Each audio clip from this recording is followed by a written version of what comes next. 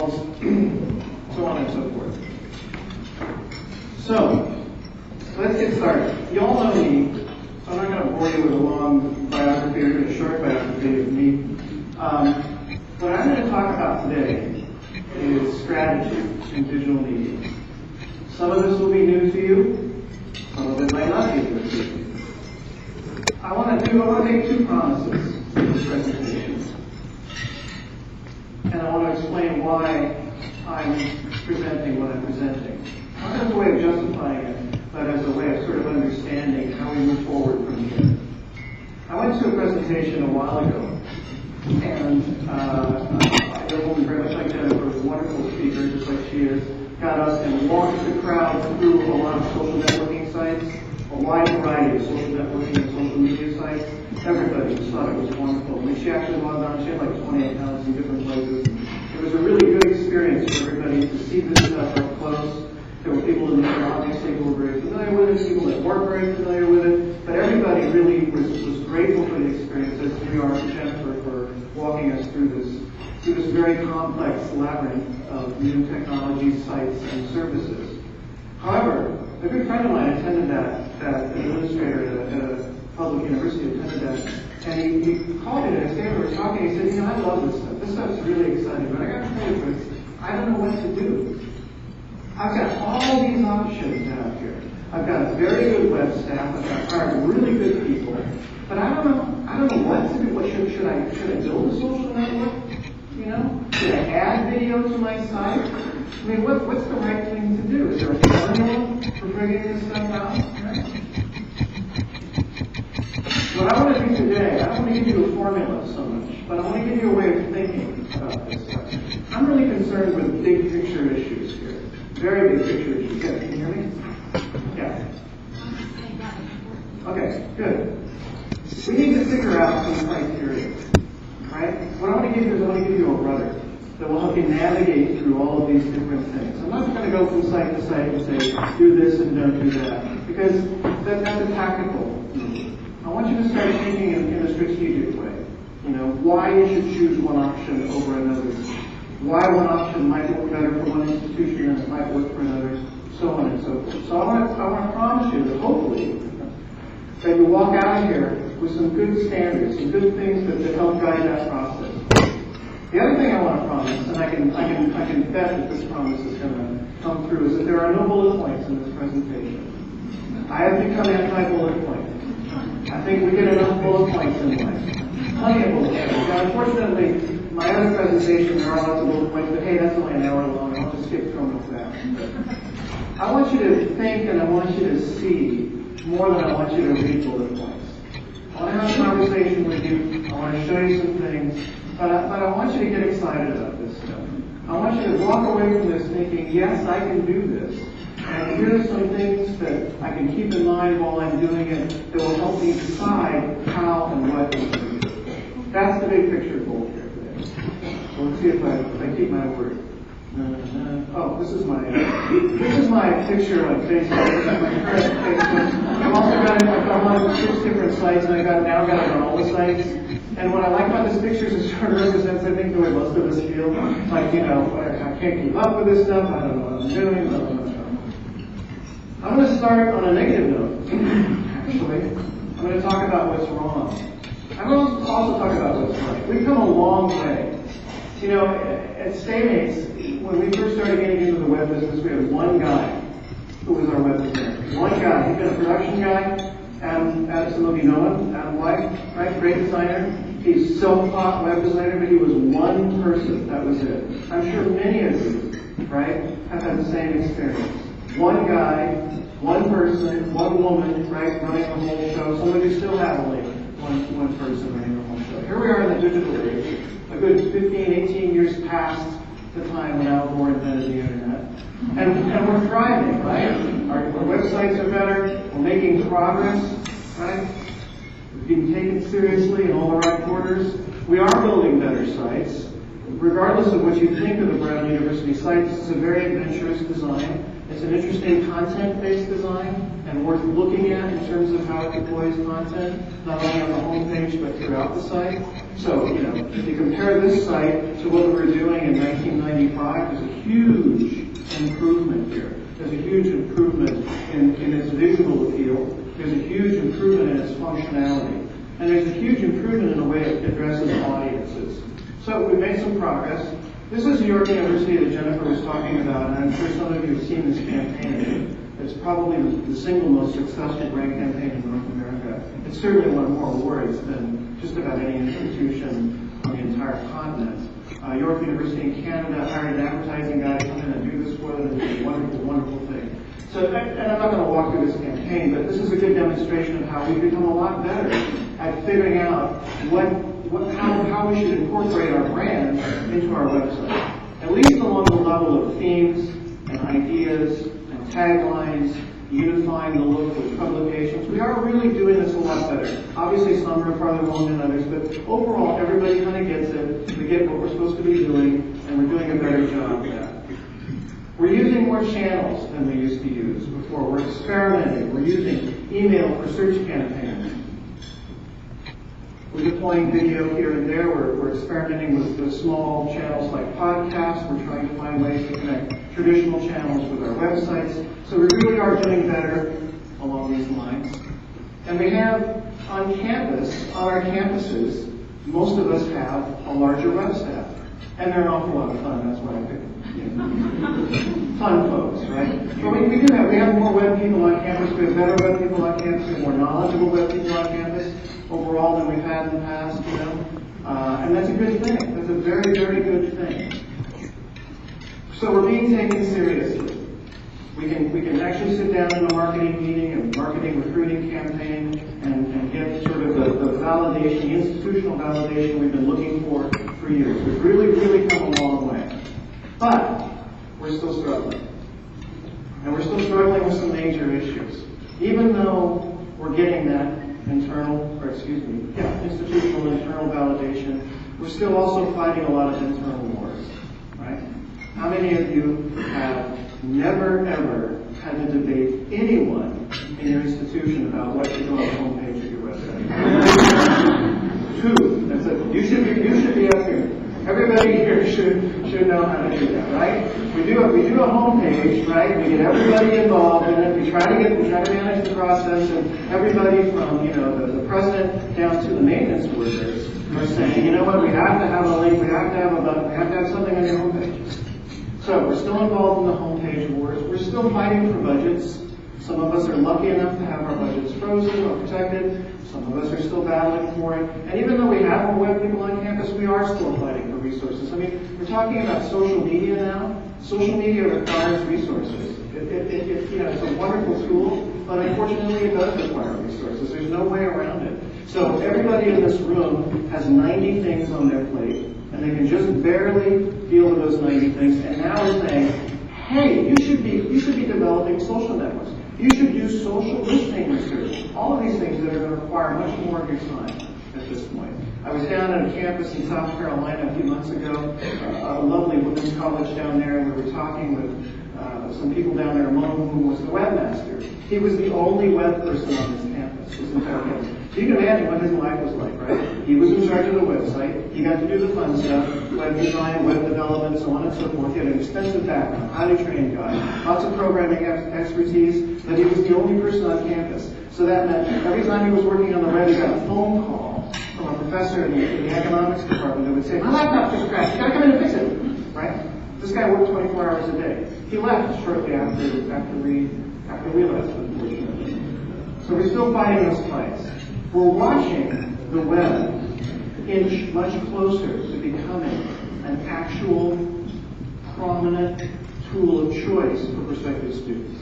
It's not all the way there yet, but it's getting there, right? Our Teens Talk research tells us that 25% of prospective students, there's a solid 25% of prospective students you're going to meet when they send you an application. The first time you're going to see them, you're going to see this application, which means a number of kind of scary things to think about. Number one, they found you before you found them. They know all about you, and you don't know what they know, right? I mean, how can you control if they're out there in the social web looking around? How can you control what they know about you? Number two, they're pretty ambitious. They're pretty self-driven at this point, right? And number three, we don't know. I mean, we really don't know that much about them. We're going to learn some things in the process of recruiting them, but we have no idea if this application is even the right fit for us. And, it fits all the right criteria, so on and so forth. But we really don't know these people. All we know is they're watching us, right? They're on our websites. They're on blogs. They're on websites that look at different colleges. For those of you who have made a huge commitment to building up your website, some of you are running into kind of a weird reverse problem. I just saw this last week. I was working for a SUNY school up in New York, right?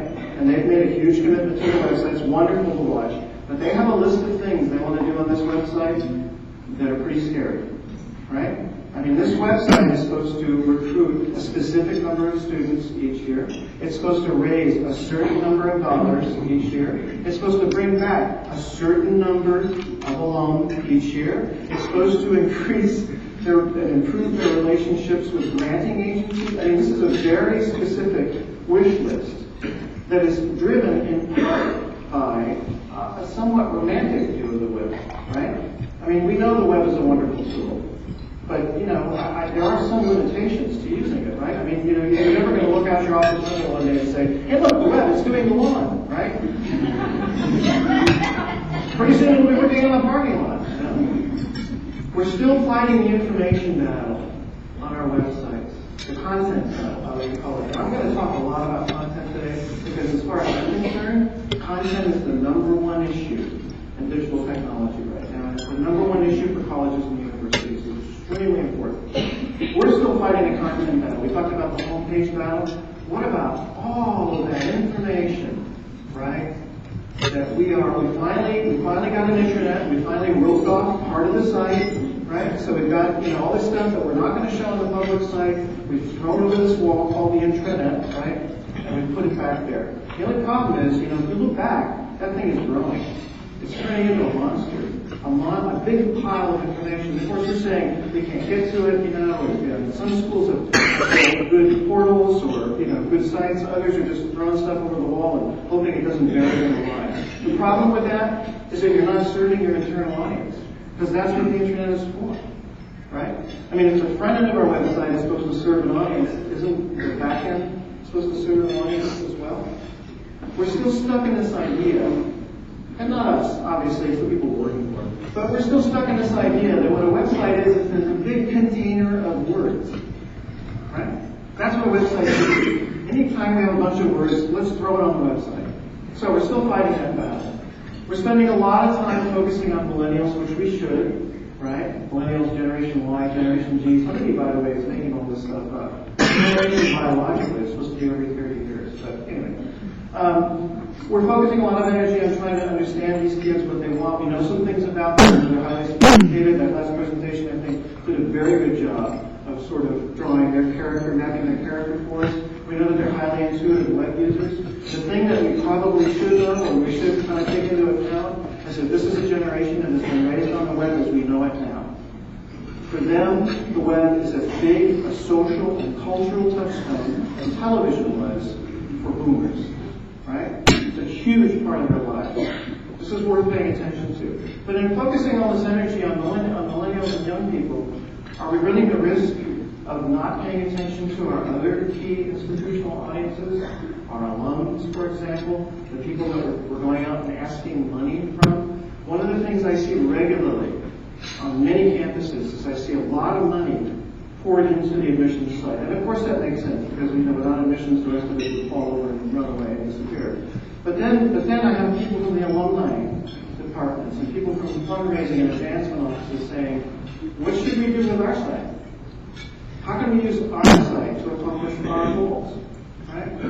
We're not paying enough attention to other audiences. And I apologize for the fuzziness of this picture, but in fact this gentleman is actually 12 feet tall, so it was hard to get in front of him. Not paying attention to all of our audiences. We are getting into social media, and we're doing a bang-up job of at least getting into it. This is a report released this year by the University of Massachusetts Dartmouth Center for Marketing Research, and it's a very, very good report. It has a lot of good information about how colleges and universities, how precisely we are getting into social networking, social media, so on and so forth. And one of the more interesting findings they have in there is that colleges and universities are adopting these tactics at twice the rate that Fortune 500 companies are, which is interesting. I think it makes perfect sense to me, given that many of these tactics really parallel what a college and university is doing more so than they parallel what a corporation is doing. A corporation is always trying to sell something. We're always trying to build a relationship.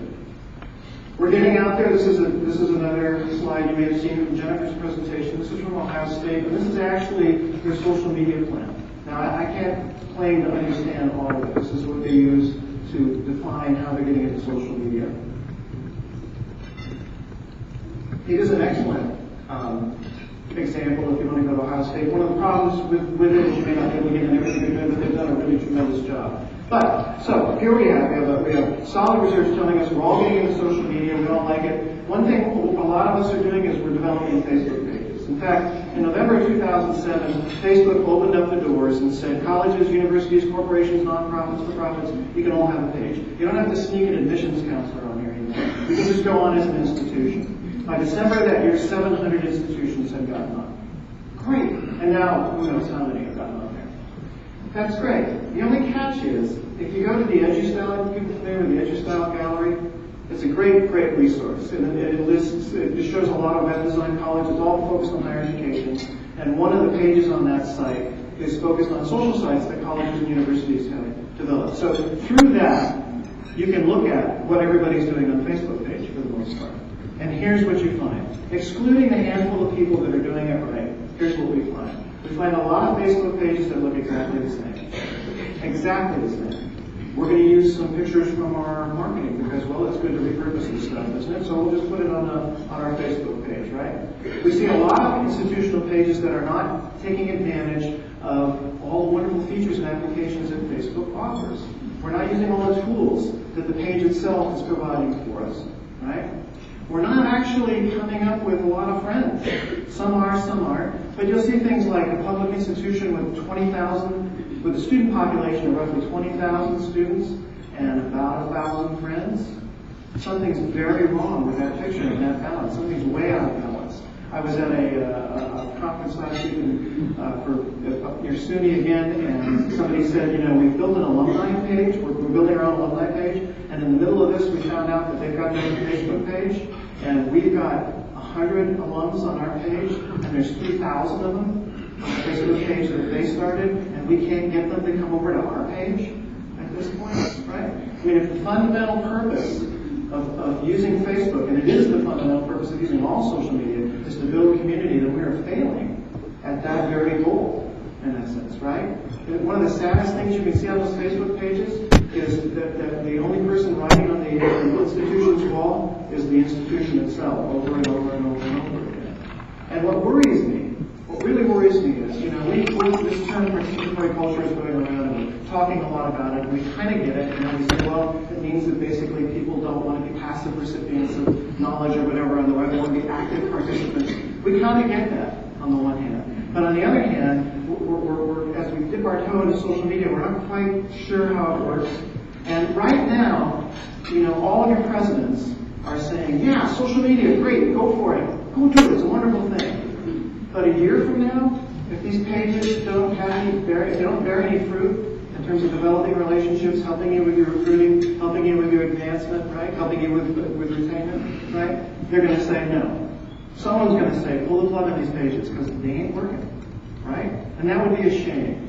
Because the reality is the web is moving in this direction permanently. This isn't a fad, and it isn't a trend. It's an evolution. It's an evolution that happened because of changes in software and networking technology and so on and so forth. The web is going to keep going in this direction, whether we go in this direction with it or not, right? Now, of course, marketing trouble. We've been trying to figure out, ever since we developed web pages, what relationship our marketing has to our web pages, and we have gotten better at that. But now that we've stepped into social media, we're running into issues with that. We're running into issues with, how much marketing should we do on our Facebook page? Should we do any marketing? And if we're not doing marketing on our Facebook page, then why are we getting on a Facebook page? Because it's great to have an institutional Facebook page, but my goal as the VP for marketing and enrollment here is to worry about marketing and enrollment, right? So how does marketing fit into this? Are we really ahead of the technology curve here, or is it chasing us? A lot of us feel like it's chasing us, and we can't keep up with it. We know that the web is evolving. We're excited about that. We have a lot of people on our campus, or at least a core group of people that kind of get it and are all pushing us forward. But it's hard to articulate exactly where it's going. Where do we think it's going? And it's even harder for us to articulate where it's going to go for us. But we want everybody to go with us. We want everybody to look, beautiful, blonde, and Nordic like this, right? Sit up on top of the mountaintop. I mean, we have these big visions and these big dreams of making this stuff work. But we're still not quite sure how to make it all work. That's what we're going to focus on today. Some ways to think about how you make it work. Some choices and some decisions that I think you need to make.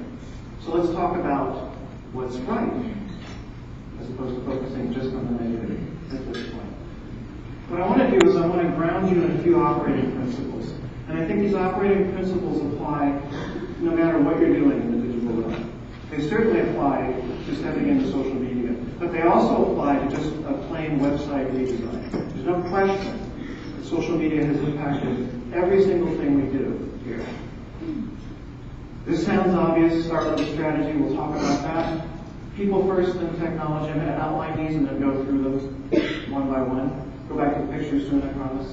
Start small, focus, and grow. Start a dialogue, not a monologue. Talking to people, not talking at them. Coordinate digital tools instead of letting them all flounder out there individually. Focus on content. Work for viral. Viral is very hard work, making it work. All hard work. Build trust, authenticity, and transparency. Rethink metrics that demand them. And finally, provide a deeper level of engagement. Let's go through these one by one. Starting with strategy seems obvious, right? How many of you feel that you have a really highly detailed web strategy? Good, very good. It's a good start. Why do you think we don't? I mean, and I'm not saying it's our fault, but why is it that we're not necessarily mapping this stuff out? Yes? I think with a lot of social media, in that term of web, it's not always feasible to have a long-term strategy because what you're using right now might not be the tools that kids are going to be using in a year. So it's really more about the relationships, like you're kind of saying. But right. The strategy is be there and do it, but getting real deep and saying we want to accomplish this on Facebook over the next year. I think that's a little tougher to define because things are evolving and moving so quickly. I think you're right. I think that's a general perception and it's a true perception. I would argue that you can't develop a strategy for this. I think a lot of people, especially a number of people in Silicon Valley who are kind of making stuff up, are actually exploring the field of social media marketing strategy. And it is a growing strategy. But I understand what you're saying. It's hard to see how you can apply something like strategy, which seems so sort of right brain, or left brain, so sort of quantitative, to something that is basically fluid and dynamic and relationship built, like a Facebook page. And it's even harder to go and argue to whoever's giving you the budget. Yes, we got the strategy, honest, Yeah, that's a great point. Other folks, other people developing strategies, full-blown strategies. Why aren't we developing full-blown strategies? I mean, if you're going to run a marketing campaign, how many of you for your marketing and branding campaigns have strategies? More so, right? Where we are in the digital world right now, in higher education, we're right at the point where we were when I started at Stammates about 14 years ago. When I started at Stammates, you did not find a whole lot of VPs of marketing on college campuses. You found some, but not as many as you find now, right? Marketing was still a dirty word on a lot of campuses. It's not a dirty word anymore, right? We're sort of in the same stage of evolution with the web at this point, right? Trying to understand and trying to justify our efforts. We're willing to put together a marketing communication strategy, but a clearly detailed strategy for our website, we're still struggling with. There's no question that a clearly detailed strategy from your website has to connect to your mission and values and your vision. If you have a strategic plan over here with a vision of your institution, your web strategy has to be a part of that. Because your website right? And I keep going back to website. It's another little misnomer. Everything is a website, basically. Everything works through the web. All digital technology goes into and out of the web. It's like that Wallace Stevens poem about the famous Picasso painting. Everything goes in and out of Picasso's guitar. Everything goes in and out of the web. No matter what you're doing. If you're doing mobile technology is built off a platform that leads to a website somewhere, right?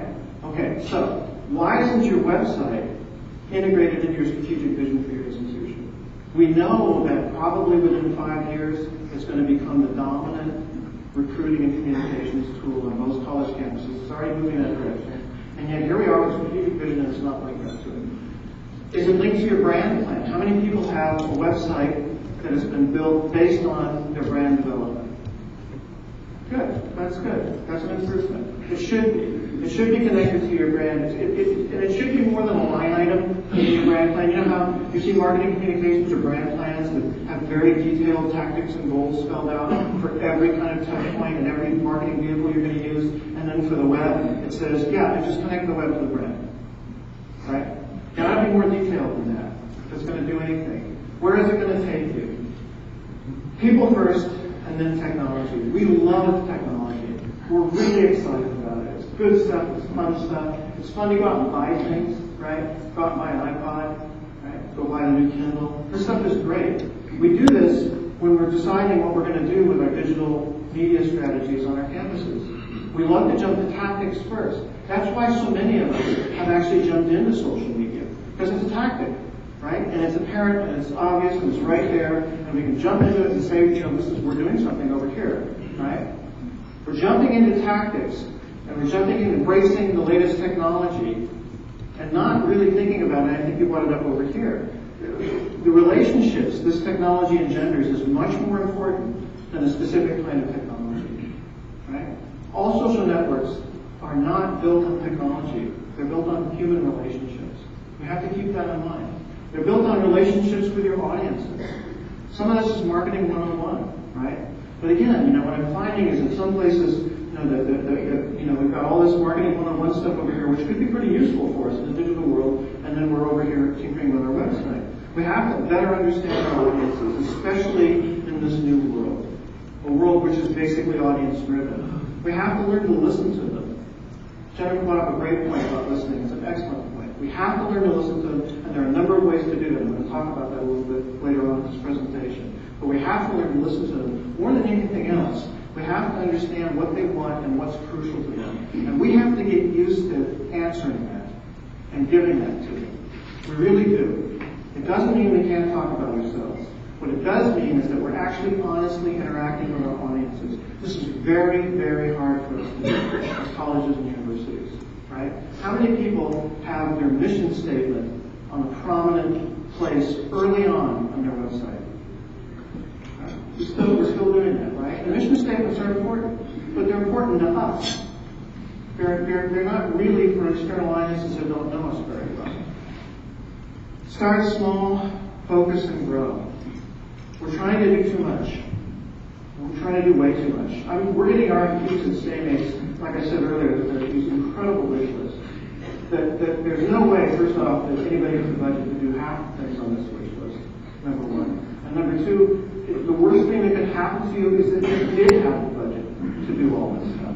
Because if you had all the budget to do all this stuff, what you'd be doing is you'd be spreading yourself way too thin. Well, we've got social media stuff going on over here. We've taken a portion of the site, we've turned it into an e-commerce site over here. We've got a web feature over here. You have 90 different things going on, right? And we all know we're resource limited. It's much, much better to focus on one small thing well and let that one small thing carry you into the next phase, right? Build one good feature on your website. If you're going to do a blog, don't do 50 blogs. Don't go out there and ask everybody on your campus to build 50 blogs. Do one blog really well. If you need more than one person to write it, that's fine. You can have a multi-author blog. It's very common, right? But do one blog really well, because doing one blog really well is an awful lot of work. Not just in posting. There's a lot of participation involved in building a blog, right? Do one blog well, it's going to pay off better than doing 50 different things.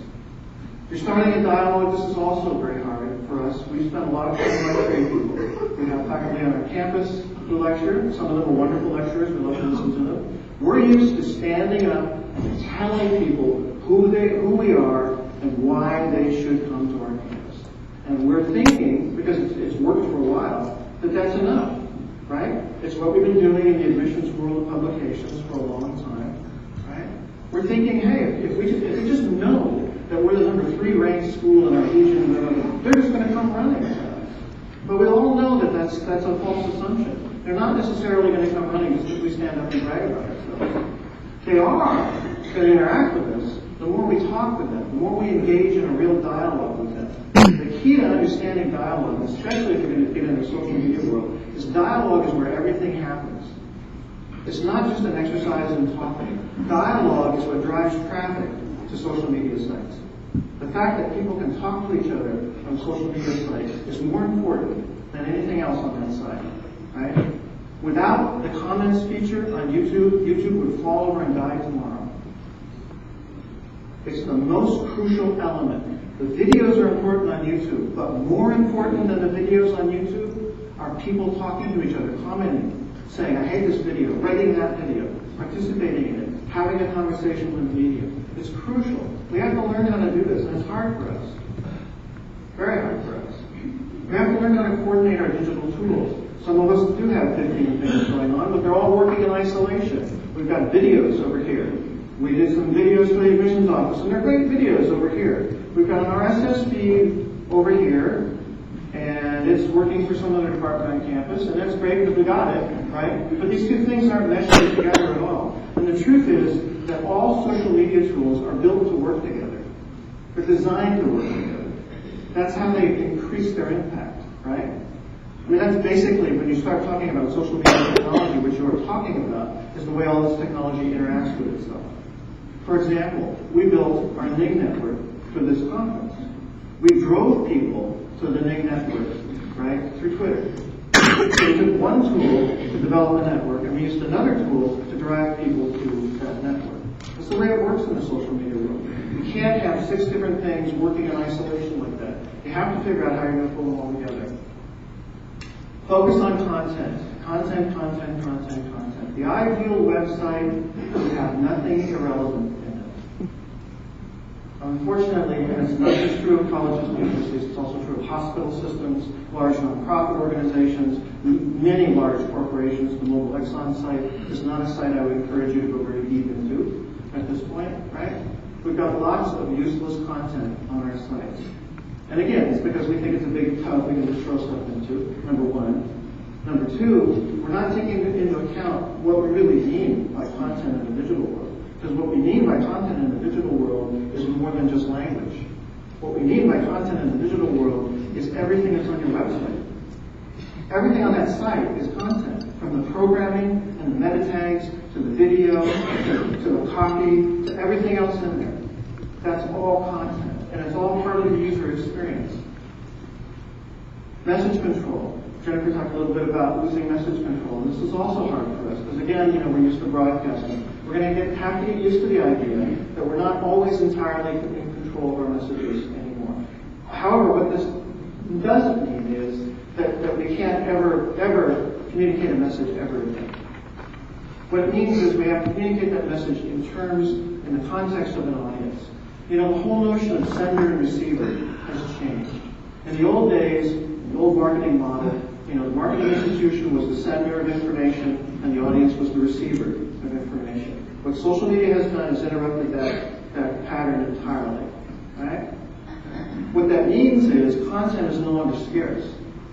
In the old model, content was scarce and you controlled it. In the new model, it's not scarce because everybody has access to it and you don't have the same level of control over it.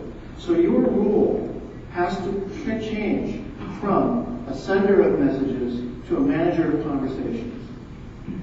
That's where we're going. I think 5 years from now, you're going to be spending, I think more than 5 years, I think probably 5 months from now, you might start looking for a community manager, a new position on your campus, right? Someone who's going to manage communities. Their whole job is to manage your communities. It's a big shift for us, and it's a hard shift, but it's an important shift.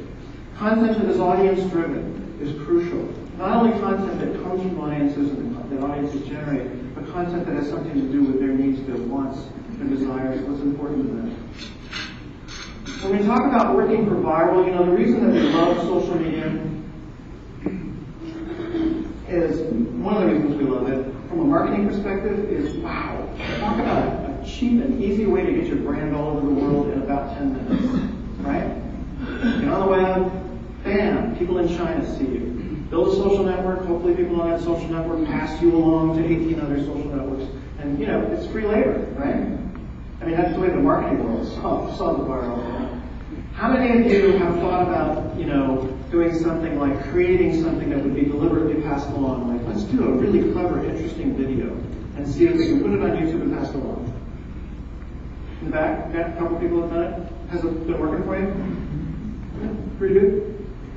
When we first got into viral, how many people, by the way, can name the top 10 viral marketing agencies? Oh, I'm sorry, that was a bad question. Because all 8 of the 10 have gone out of business in 2 years. Right? It was a big deal 2 years ago for viral marketing agencies to come in and say, "Hey, we'll be your viral for you. We've got it all planned out." Well, the plan is pretty tricky. This is where, to your comment about adopting a strategy with social media, this is where this gets very, very tricky. The other thing that's very, very tricky is how many burgers? Do you remember the Funky Chicken website? About 3 years ago, wasn't it? 4 years ago, with this guy, you could make this guy dance. He had this weird chicken costume on, and right, really funny. Turned into a tremendous viral hit, right? How many burgers for Burger King do you think that sold? Well, it didn't sell any. And the CEO of Burger King almost fired that agency for that stunt. He called it a stunt, and I agree with him. It got a lot of attention, but it got a lot of attention that went nowhere. It didn't impact their goals. So anything you do out there in terms of viral should be built for impacting your goals, which means that putting together stunts, putting together things that are going to capture attention one time once are inevitably going to fail, unless you find a way to build from that attention. And even then, it's risky, right? Deliberately creating a really weird video that you think everyone's going to pass around because it's deliberately weird. First off, there's no guarantee that David's going to pass it around. And second off, what's going to happen after people pass it around and stop talking about it? It's like the guy that came into the cocktail party and stood on his head in the corner for a minute and smoked the cigarettes and sang a song in Swahili, I mean, he was great, everybody talked about him, but then he got up and stood and joined the rest of the crowd, and life moved on, and we forgot about it. We have to think about passing around relevant content. We have to build trust. This also is something that I think Jennifer pointed out, and it's an excellent point. It's not true that those young people out there hate marketing. In fact, it's not true at all that they hate marketing, or that they don't want to be marketed to. What they want is they want some control over the experience, right?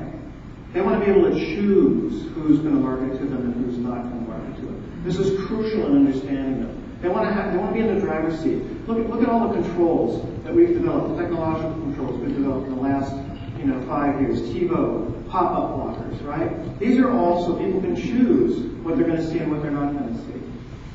Now, so what does this mean for us? What this means for us is that the first step we have to take in using technology, no matter what we're using, whether it's an email campaign or it's a social network, is we have to earn their trust.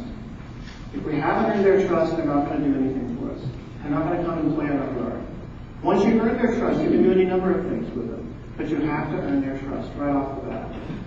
You have to demand metrics. The only way that we're going to keep social media strategies alive, the only way that we're going to keep a good-sized budget coming to our web department, is if for every plan we put together, we've also figured out exactly what it's going to do for us in terms of quantifiable numbers. Now, it is true, it's very difficult to apply a lot of this to social networking, although there are a set of metrics you can use for it. A web writer named Thomas Hollis has developed a very interesting and useful set of metrics. But there is Google Analytics. There are even more sophisticated analytics packages out there, right?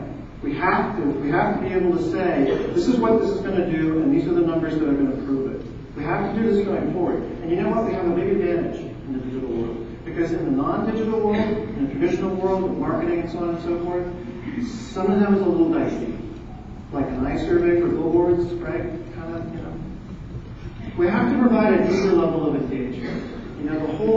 When you think about your website, when you think about using digital tools, what social media has radically redone for us, and it has revised user expectations.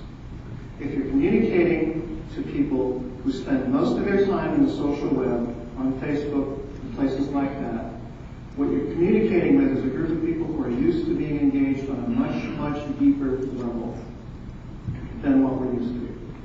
Right? For years, we threw around the word interactivity. We had no idea what it meant. I mean, it's meant different things in different years, right? What it initially meant in the early 90s, when websites were fairly static, one-dimensional affairs, it meant that there were some links, and you could link to something else. What it meant in the late 90s, with the rise of e-commerce, was that you could buy things on the web, right? You could go fill out a form and maybe get a dynamic page. What it means now is that you can develop a sustained relationship with someone, an entity, a friend, a group, whatever. In the old marketing model, the old brand building model, we talk about raising brand awareness. The purpose of a brand campaign is to raise awareness. It's still valid, still a good idea, still useful. In the new marketing model and the new digital marketing model, this is crucial too, but it's only half the equation. You need to raise awareness, but you need to build relationships, and you need to build sustained relationships with your audiences. That's why social media appeals to us. That's where its inherent value is, in helping us to build long-term relationships with these people. I do not mean that what we want to do is we want to figure out a bunch of tricky ways to keep someone on a site for at least 10 minutes at a time. What I do mean is we want to build a website that invites people into it, whether we use social media tools or not, that invites people into it and become part of our community. We want to find ways to share ownership of us right away with them. That's crucial. This is seriously affecting web design at this point. It's upending some of our notions about, content and all kinds of things. We were talking about this just before lunch. We worry on our websites that we have too much content, like I said earlier, and it's all arranged all over the place, right? Well, look at a Facebook page or a MySpace account. Tons of content in there. But why do they tolerate it? Because those sites give them a much deeper level of engagement, a much more long-term level of engagement. This is what we have to do. This should be the number one thing. This is the long-term goal of any digital strategy that we develop. Whether we're just going to develop little podcasts, or we're going to develop an array of social networking sites, we want to build a sustained relationship with people. And this is not actually very far off our missions. This is why we actually should be really good at this. Because the mission of most colleges and universities is to build sustained relationships with people, right? I mean, it's to educate on all these other things, but in the long run and the short run, what you are after is building relationships of engagement and commitment. And this is what we've got to start doing on our sites. We're beginning to do it. This is what we have to start doing on our sites. This is very, very important. And this, ultimately, will pay off. Before I get into what to do, I want to open the floor for questions, arguments, stock tips, advice. This is kind of working. Before I get going, I've been talking at you for a while now. Does any of this make sense? So in other words, when you're thinking about your digital strategy, you're thinking about every single thing you're doing, how is it going to build a relationship with someone? It's a good milepost, a good guidestone. Yes? When you said that social media requires resources, expand on that a little bit more in terms of time. Well, for example, if you're building a blog, let's say, you can download the blog software for free. You can find a lot of open source free stuff on the web you can use. You have to pay some minimal costs in terms of getting a domain name and things like that, hosting and all that other stuff. Still not a lot of money. Compared to what you're spending for an ad campaign, it's nothing. Then it's a matter of human resources at that point. Do you get to write the blog, right? And how much commitment can you get out of this person or people? I would suggest using several people on one blog as opposed to one person because it's an enormous undertaking for one person to be feeding a blog on a regular basis. People do it. Chris Brogan does it, but this is like he says on the main network, this is his wheelhouse. This is what he does every day. You and your staff have 90 other things you need to do first before you get to this. So it's a tremendous undertaking. But it's a tremendous undertaking not just because they need to be able to post on a regular basis or no one's going to take the blog seriously.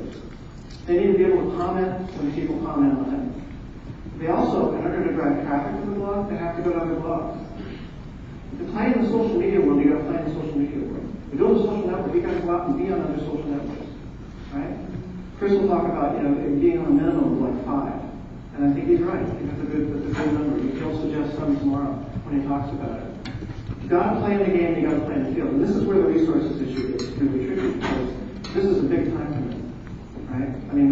how many people have Facebook pages that they feel like just barely started keeping up with? And just a Facebook page alone can be a lot of work, right? So this is where we get into some of the resource issue. Where do you find the people that have the time to do this, right? You can say to your faculty, it's a great idea. You can say because in terms of ideas for blogs and content, the faculty would be perfect, right? You could blog on the things that they're doing, so on and so forth. A lot of admissions offices are using blogs pretty successfully, but it is taxing their crews to some extent, because it's this huge time commitment. So that's one level of resources. Any kind of social listening research is an enormous undertaking if you do it right. You can do it on a kind of minimal level, where you're just listening to the blogs out there. You're going out into Technorati or any of the major blog search engines, and you're finding out what's going on out there. Right? But if you want to do really substantial research and find out what people are saying about you, what they're interested in, get to the content that's crucial to them, it takes a considerable amount of time. Target created probably the most successful corporate Facebook page that anybody's created shortly after the invitation to Facebook went out. But when they did it, they hired an agency called APQA, one of the leading digital agencies in the world, to do it. And this agency said, we'll do it for you, but you got to do it our way. And so here's step number 1. We spent 6 months listening. We'll define where we're going to listen, right? Then we're going to bring back a full-fledged report. It's going to tell you degrees of listening and involvement and so on and so forth. You can imagine the resources that it takes to do that. You can do it on a minimal scale, and it would be a good thing to do. But sooner or later, the more committed you are to making these things work, the more you're going to need people and people hours to do it. And I think that's the number one resource issue. Does that answer your question? Other questions, concerns?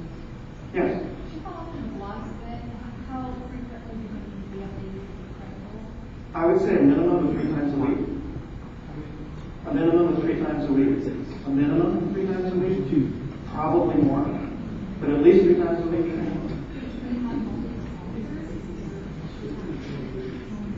No.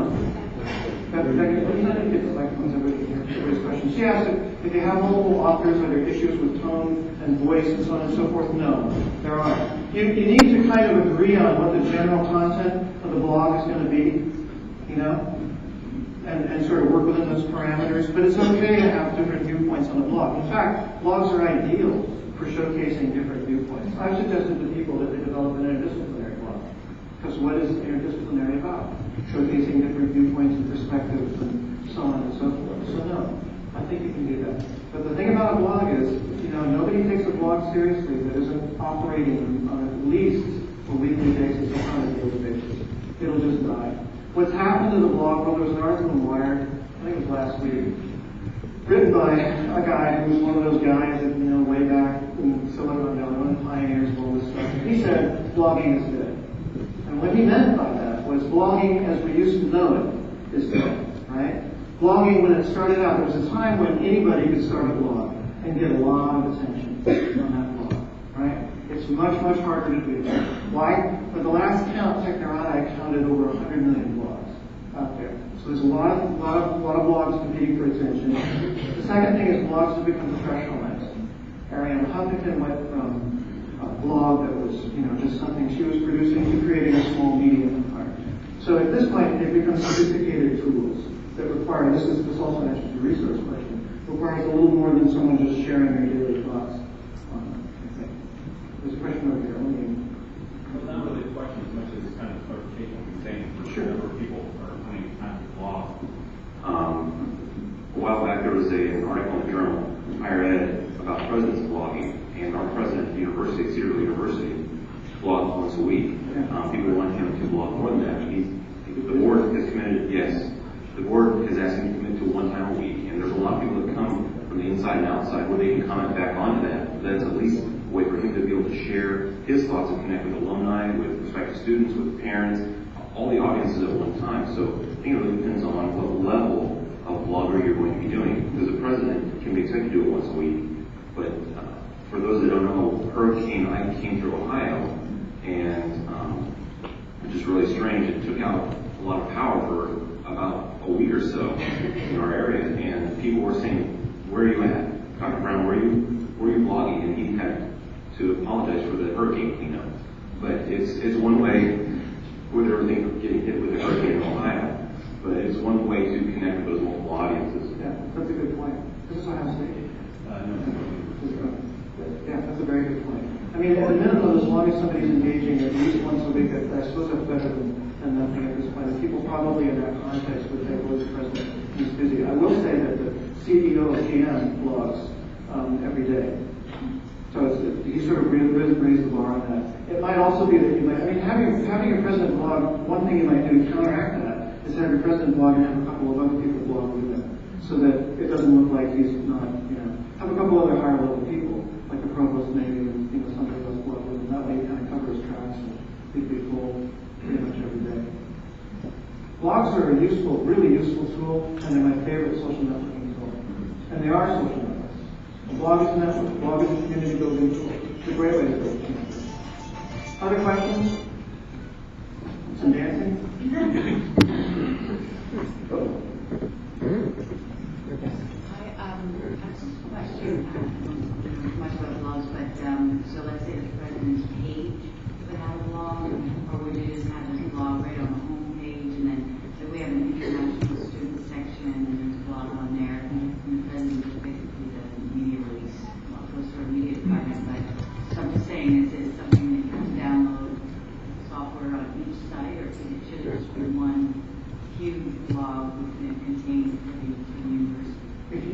It's pretty easy to put a blog on, as you know, on your site. So you can do the option of putting it in different places on the site. And I think that, if you're going to have your president blog, it would be nice for people to link to it right off the page at that point, especially for a lot of the audiences that he's going to be talking to. He's going to, your president is your fundraiser, so a lot of the older adults that are coming in, they're going to go to the home page to navigate their way through the site. So that would be a good way to do it. Do you need one giant blog for the entire university? No. So I'm just saying that there'll be a battle for that home page now consisting of blogs. Right. Well, if it's the president's blog, he can say, you know what, the president, you all lose because I'm the chief here. Yeah. There could be, but once people, there might be. I haven't seen that yet. Once people get into blogs and they discover just how much time there are, a lot of people back way off of blogs. So you might have a battle for a few months, and you say, okay, go ahead, you do it. But I mean, in fact, you're still the prospective students going to your home page, and let's say they're they have to go to the future students page, so that's where they would have the future students, or just. Yeah, you could put it under different categories, and that would be a great way to use it. That would be more purposeful than just having a bunch of blogs hanging out there in space. And so, is that part of the coordinating the digital tools? That would be one way of coordinating. Yeah. For example, another. That's a good question. What are some ways you can coordinate your digital tools? If you have a feature that you've built now, say you have for your admissions homepage, you should have blogs running off your admissions feature. You've already built this nice feature with videos and links and so on and so forth. Let's hook some blogs to it. Furman has student blogs that work into their feature. It's a beautiful, and those blogs evolved out of journals, which were a great idea. At the time, a little bit static, and then they turned into blogs, and those blogs got woven into the website. And so that way, that feature is making use of several tools all at once, all in one space. So, you're welcome. I want to go back to your earlier comment about the situation of the institution that was trying to build an alumni Facebook presence, and discovered, of course, that the alumni had already done it and were out there all talking to each other. So, in particularly looking at the social networking sites more like Facebook, less blogs where people are going to come to read stuff, but where the communities are really being built. How do you develop a strategy around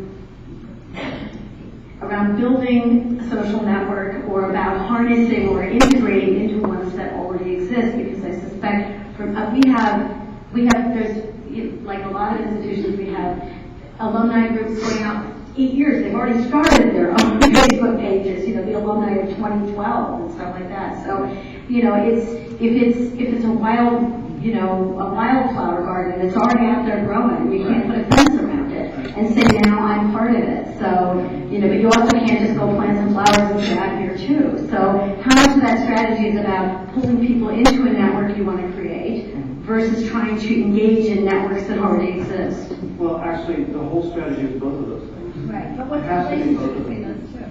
I would say 50-50. Yeah. I would say it's as important to pull people in as it is to participate. If you're not participating, you're not going to drive traffic back. It's not much traffic back. And that's one of the reasons why alumni don't necessarily jump back to your Facebook page or whatever you built for them, because you're not playing the game. You're just saying, hey, come on over here and join us. I am sort of beginning to give away my whole social media presentation, but I will. One of the things that I talk about too is if you're gonna build a social network, the most important thing you need to think about is what does that social network offer its community? The social networks that we see out in the blog sphere, the social web, the sort of commercially successful ones like Twitter, are all different. They all do different things. Twitter allows 140 characters. That's it. It's a microblog, basically. Dig is a community that's built around journalism and Mix and Newsline. They all have different identities and they all do different things. So one of the mistakes we make is saying, well, I'm just going to build an alumni blog and they'll come because it's an alumni blog. And they don't. There's no reason for them to come to that site. They've got their own blogs or they've got their own social networks, right? And you're not really giving them anything different than what they have. Also, I've heard people try to develop alumni networks by saying, well, what we're going to do is we're going to do all the things we do on our alumni page on our website. We're going to offer job opportunities, right? All the things that we normally do, we're just going to transfer that to the Facebook page or whatever. That's not quite enough, although those things should be part of that too. What you have to think about is what you're offering that is different than what they're experiencing out in other places. That doesn't mean what you have to do is examine every single social networking site that's out there and say, how can we be different? What it does mean is you have to listen to your audience, right, and figure out what is it that is really important to them. When I started talking about Target's Facebook page was successful. They've actually torn it down. It was so successful that it gave birth to like 9 Target Facebook pages. But the first Facebook page they put up there, did anybody see the first one? Focused on dorms. What this agency found out, something that we all know a lot about because we're in the world of colleges and universities, but what this agency found out, they wanted to target young people, right? Target wanted to target young people. And what they found out, the issue that was of most concern was, when someone moves from their bedroom, right, to the dorm room, it's a traumatic experience for them, in fact. Now, we all know that because we've done it, and we have services on campus that deal with this and so on and so forth. But, the target is just a relatively new idea. So what they did was they built a website, or a Facebook page, that dealt with that. It was theme-based. It was all about easing the transition from home to dorm. And they did it in a really clever, transparent way. For example, of course, they're going to show off a lot of furniture on the site, I mean, they're in the world of furnishings and so on and so forth, But they showed their furniture, they showed stuff from IKEA, they showed stuff from all their competitors all at once, as a way of saying, you know what, we're just showing you stuff. Here's some of our stuff, here's somebody else's stuff. Here's Macy's, we're just trying to help you. Their whole goal was offering a service, offering a value to these students. Right? They hired a psychologist to develop a test, basically an online poll that helped people figure out what kind of roommate they should have, so on and so forth. It was a great site, a lot of fun, and it was enormously popular, and so popular that after a while they just let it run out and they've got regular pages. And those pages are now turning into more defined communities. But if you think about, what it is your site, your alumni site can do that's different and that offers value to its community, I think you'll be 6 steps ahead of everybody else. And when you think about it, you can think of what content are you offering on this site? What's the content about? Like I said, Dig is about journalism, Mix is, they all have different kinds of content that they focus on. So what's the kind of content, what's the content identity that you're going to focus on here to draw them in? And again, any content that's built on the idea of offering value is tremendous. And you know what? We are really good at offering value. Our whole life, our whole mission is about providing service and value to people. Not only that, we're a content goldmine. Talk about different kinds of content we could think of. based on what we are as academic institutions. But I think that's the key. If you're building a network, think about, what kind of value you're offering people. Other questions? I didn't have a question. I just wanted to share. Yes. Sorry. I just wanted to share a tip I got at another session where a school realized the exact same thing, that their alumni were out there creating their own pages, and so what they made available were stickers basically that branded those websites. So you could actually take the school's logo or alumni association sticker, and actually the alumni could then take it and put it on their Facebook page, which I thought was a great idea. That's a really good idea. Yeah, widgets and stickers are a really good idea. Getting into widgets is a wonderful idea. If you have either someone that knows how to download them or someone that knows how to build them. At Abilene Christian University, they're working on a mobile learning initiative, which includes developing apps, and they actually have faculty who are good at developing apps. So they've got this great relationship with Apple. They're using the iPhone and they're developing their own apps at the same time. And the faculty are driving this. It's really wonderful. Wonderful to see that. Other questions, issues, stock tips. Stock tips I really need. It's been a terrible year. Don't buy, don't sell. Well, let's get through the end of this so you can take a break and walk around and breathe for a minute. What to do? We talk about marketing and we talk about social networking. The thing that we have to keep in mind is that these are two different kinds of entities, right? That don't always get along so well. So one thing we have to think about is marketing is something that is supported by our social media. But that we're not necessarily going to walk into our social networks and do what we would do when we're marketing. We're not going to walk in and put a bunch of posters up, sell people. In the early days of Facebook, which was only a few years ago, a few institutions made the mistake of putting admissions counselors on Facebook and said, go get them. And they did. And then somebody found out that they were admissions counselors. And the next students, they said, get out of here. Right? You have to play by community rules. In fact, you can do banner advertising on Facebook. But here's the deal with ads on Facebook. It's a troubled business line for Facebook. They debate every year whether they should stop doing it. Right? For every success story you hear, there are lots of failures for traditional banner advertising on Facebook. Right? They're just ready to boot people off because they're so sick of it at this point. You probably will get more value out of building a social profile than you will out of throwing up a bunch of ads in the long run and in the short run at this point. Be yourself. Years and years and years ago, college marketing was always about finding really unique, quirky things about colleges and universities that we could throw into new books, right? And then we stopped doing that. And unfortunately, we stopped doing it because people like me told you to stop doing that. So now I'm giving you permission to do it again. On the Colgate website, which we'll look at in a second, there's a series of videos. And one of the videos is about the number 13, which, does anybody from Colgate here? Does anybody know this story? I don't know it that well, but I love this video. And this video actually is the most visited video on the site. And it's not a traditional marketing video, right? It's about the number 13. There's something about their founders and built on a factory called number 13, and there's 13 months. What they did was they went around campus and they did this wonderful video all about the number 13. That's all it was about. Clearly the most popular video on the entire site. So now you can be yourself again. Social media and digital media are going to allow you to do that. You need to be multidimensional. Like I said earlier, having 6 tools that don't work together is not a good idea. You want to provide layers of experience. You need to think about delivering several forms of content and several forms of media all at the same time. It's the world that we're moving into. You have to be web-centric. The only real reason I threw this slide up here is because it's a slide I've been using for years, and this is its funeral. It's the last time I'm going to use this slide, so I thought we'd all have a chance to. So some of you have seen me perform before. Have seen this slide, so we're saying goodbye to it now. We all know what this means. It means we're changing our perspective from, marketing and web over here to web, and all marketing works out of the web, right? That's a simple one. This is the Colgate site. Please go see it. You can easily access all of these features on this site. My friend Tim O'Keefe at Colgate has done a wonderful, wonderful job with this site, and we're actually trying to figure out a way to do presentations where, together, where he just walks you through the site and I talk about all the big abstract crap over here.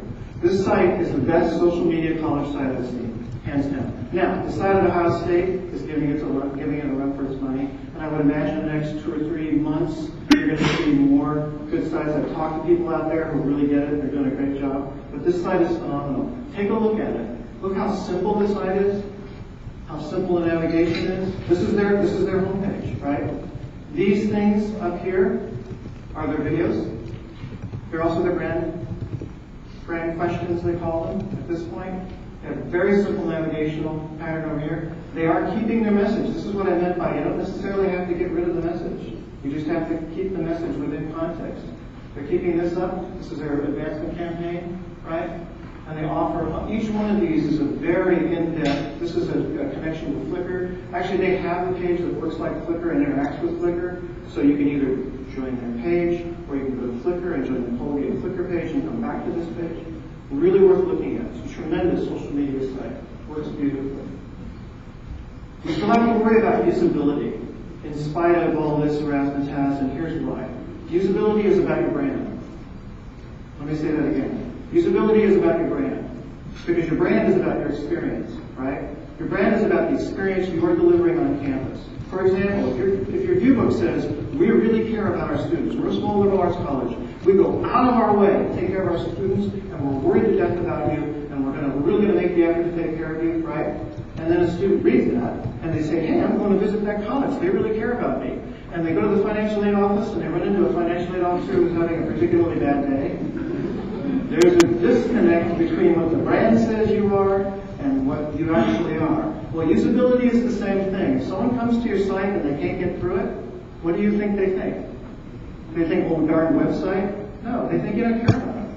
If you're not going to make their life easy and let them get through the site, have a good, clean working navigation, a branded navigation, they're not going to hang around, stick with you. Integrated marketing still works in the digital world. We're still trying to swarm people with a number of different tools.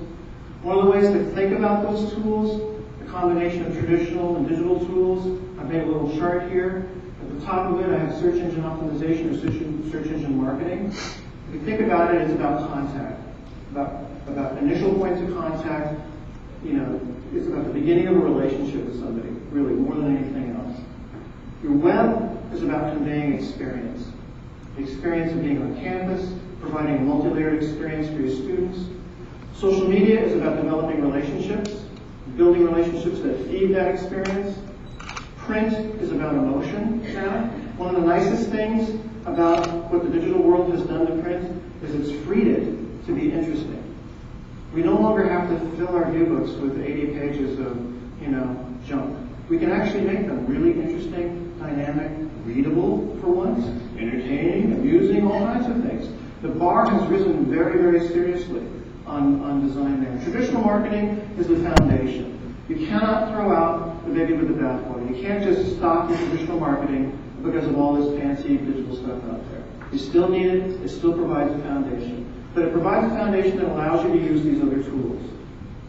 This is what I mean by the bar being risen in print. This is the kind of viewbooks that we're seeing. One from the University of Alberta School of Business, and this is Swarthmore's recent book. This is a very expensive ebook. It's beautifully done. Sticky content. We hear about sticky content. What we mean is we mean relevant content. We mean content that is relevant to your audiences. Content that's important, that's crucial to them. We also have to let them make content, so one of the decisions you're going to have to make in your digital media plan is what percentage of content you're going to make and what percentage of content they're going to make. This is a new figure that's going to have to figure out every single digital plan we put out there.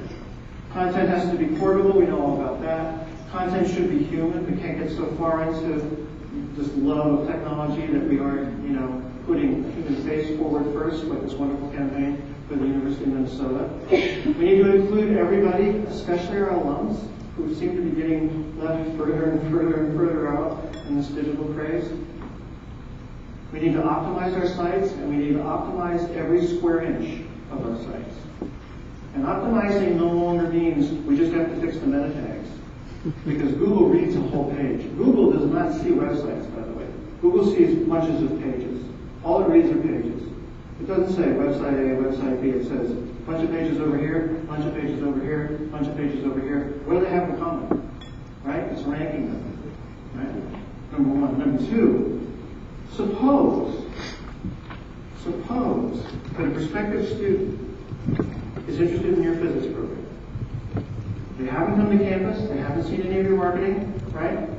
Haven't done anything yet. They're interested in your physics program. So what they do, like a lot of prospective students, they search their way into your site, which means they bypass your homepage entirely, and they land in your physics department. Right? They're very good at this. These millennial kids, these Generation Y or whatever we're calling them, Generation P or whatever, they're very, very intuitive users. They live by search. I watched my niece, who just graduated from the University of California, San Diego, dismantle an RSS feed the other day. And I said, what are you doing? You have a degree in international relations. Do you know anything about coding? She said, I started coding. They're not put off by technology. They like it. They're very intuitive. It's second nature to them. So what they're going to do is they're going to go right past that homepage. That homepage you spent, 6 months arguing about. Well, let's say they go to your physics page, and what they get is a catalog page, right? Our physics department is all about producing physics leaders who will affect the 21st century. You will study physics, basic physics, core physics, blah, blah, blah. How many of you would willingly take, if you didn't have to, how many of you would willingly take the college catalog home on a weekend and read it? They won't either. That doesn't mean the catalog isn't important or that it doesn't have its uses. Certainly current students need to find out requirements for their courses. But if the first thing this student is seeing when they go to your website is a catalog page, that's the first impression they're getting of your institution. So all that groovy marketing stuff you did elsewhere, they didn't even see it. They don't know what your brand is. Your brand attributes, right? You put on a billboard on Highway 95 going into campus, they missed it. All that wonderful stuff on the homepage, they missed it. What they're getting instead is they're getting a catalog page. What do you think is going to happen? And then, are they seeing the best of you? Optimizing your site means optimizing every square inch of your site. It means making every page valid. Google reads whole pages. It reads the meta tags, it brushes the surface of the page. It reads heads, subheads, and it will pick up running copy. Right? So anybody that you hire to do search engine optimization for you says, oh, yeah, all I got to worry about is meta tags. They're wrong. There's a lot more to it than that. Decide by data, establish criteria, develop a listening strategy. We talked about this earlier. What are the traditional forms of research for us? Well, in the admissions game, we do what the College Book tells us. We get information, the College Board tells us. We get information from them and from ACT and SAT. Sometimes you hire firms like Staymates who do, a series, or No Limits that do different kinds of market research for us. The newest form of research out there is listening research in the social media world, and this involves listening to social media sites, basically. It's a very complicated kind of research. You can do it simply, or you can do it in a more complicated way.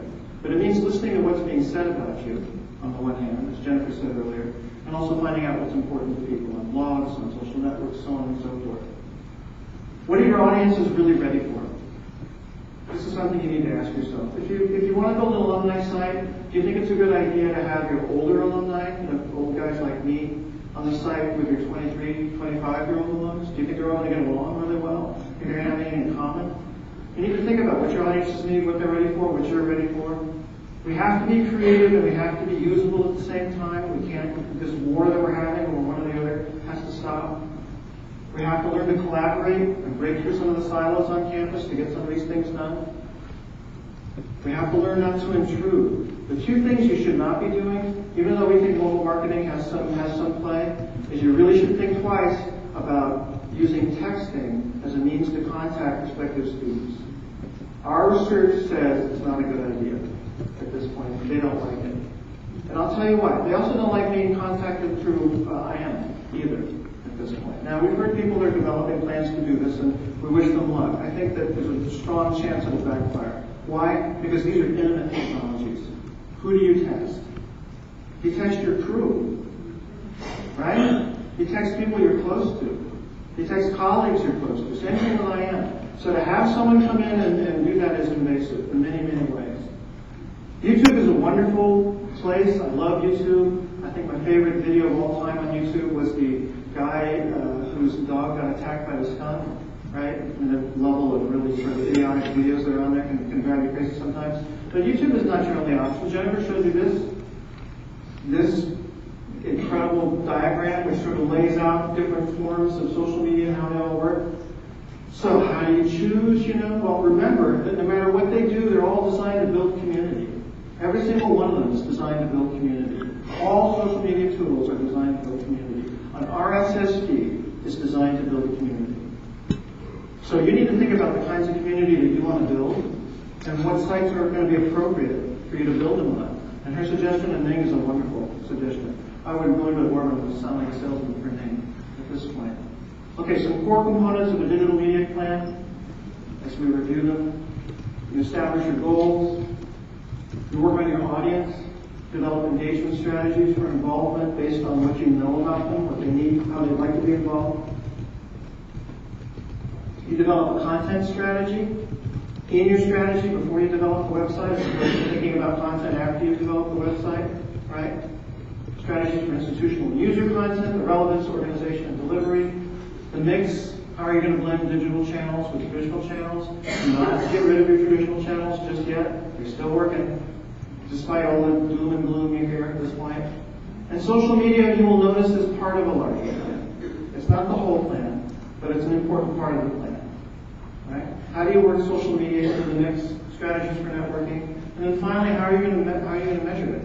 What kind of metrics are you going to use at this point? One of the things I see often, one of the problems I see institutions having with metrics and with using Google metrics, for example, Google Analytics, is that nobody has time to read all those reports or interpret them at the same time.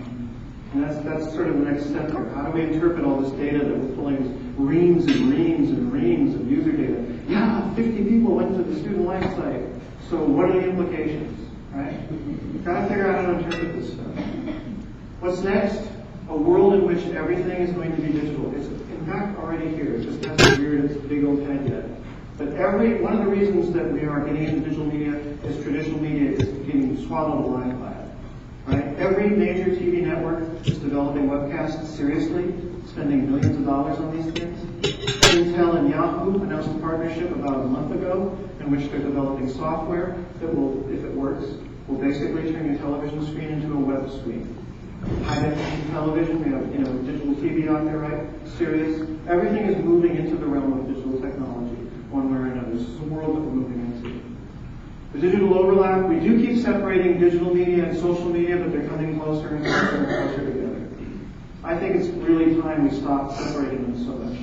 They're really two legs of the same creature in many, many ways. You need a champion. It's great to have a staff. We are seeing more CIOs on campus, but you're going to need somebody on campus with some weight, whether that's the person that's in charge of marketing, or whether you have someone that's a CIO in charge of this. You need somebody who can address these concerns at the upper levels of the institution, and you don't need to look like Warren Buffett. It's a good fight. It's really worth fighting, and like I said earlier, we don't have any choice. We're moving into the digital world. None of this stuff is a trend. It's all going to change. And it's going to take a lot of collaboration and a lot of partnership for us to get this done. It takes a lot of people to make digital media work. It's going to take as many people as you can think of. Very, very exciting time to be involved in all of this. And if you get nothing else out of this conference, I'd love you to walk away sort of jazzed up, thinking about the possibilities. Because the possibilities of digital communication are extraordinary. Thank you.